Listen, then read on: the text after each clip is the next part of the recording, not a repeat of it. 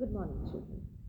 Today you will learn about the triangles. That is, the different types of triangles based on their angles as well as their sides.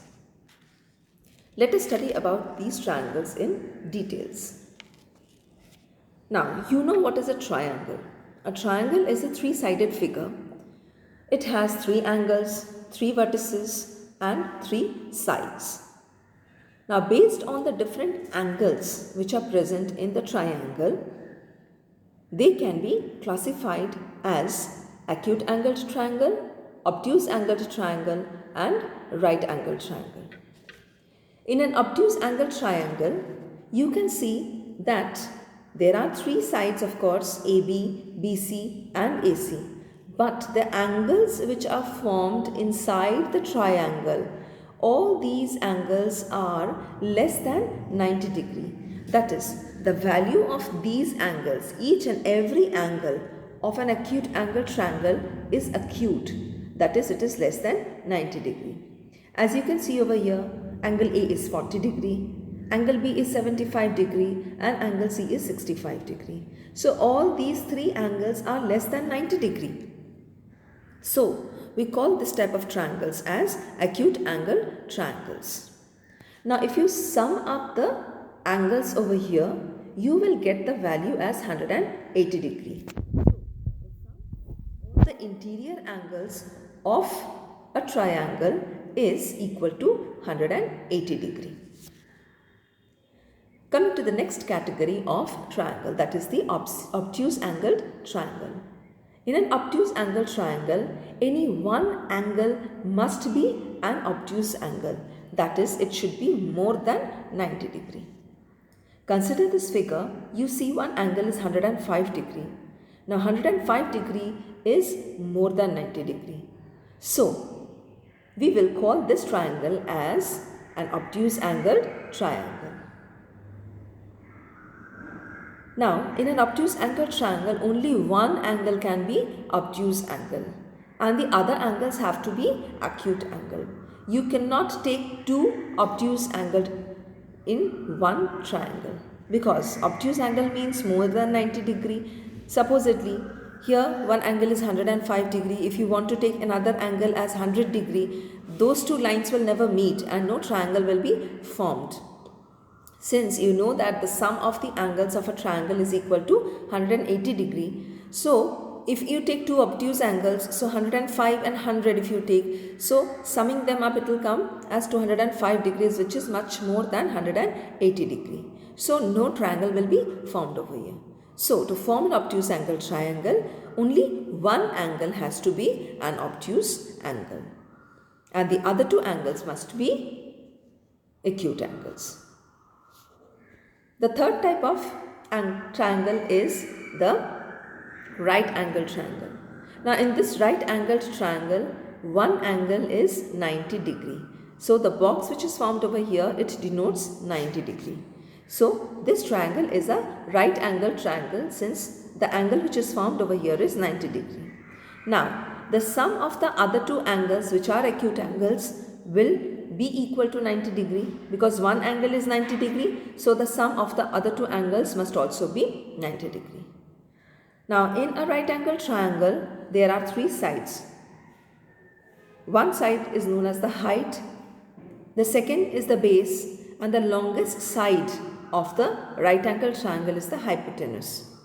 Now the side which is just opposite to the right angle is the longest side and is known as the hypotenuse. Based on the different types of sides present in a triangle, they are classified as isosceles triangle, equilateral triangle and scalene triangle. In an isosceles triangle, two sides will always be equal.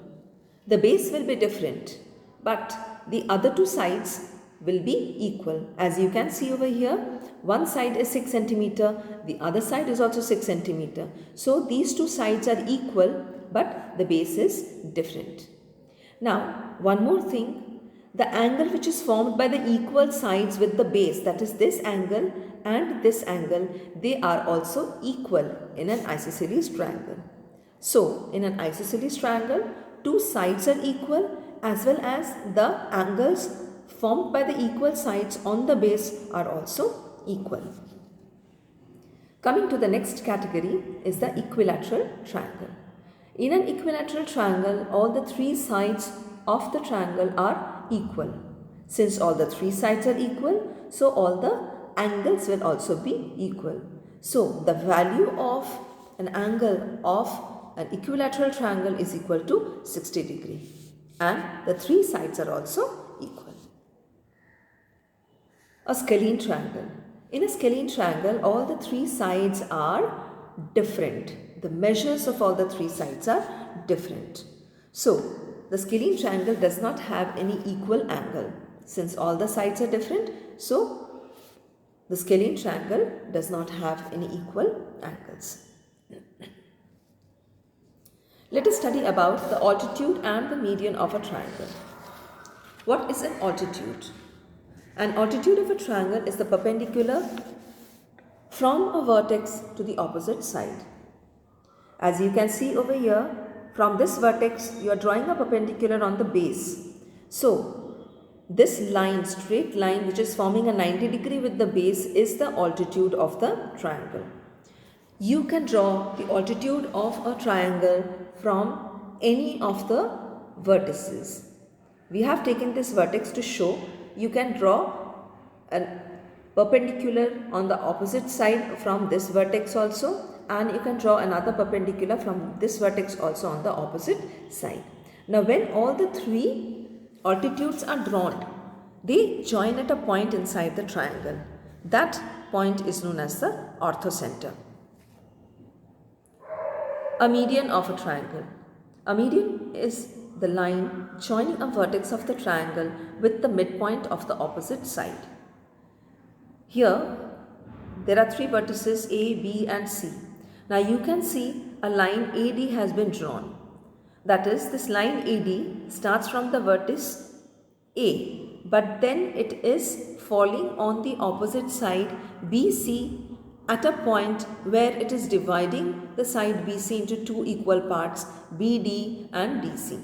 That is, the median of a triangle is a line which divides the opposite side into two equal parts.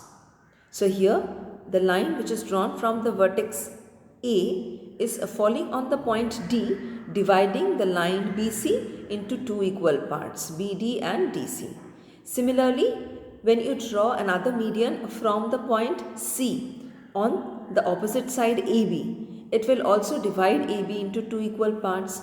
And similarly, when you draw a median from the vertex B on the opposite side AC, it will also divide the side AC into two equal parts. So all the three medians of a triangle, they also meet at a point inside the triangle, which is known as the centroid.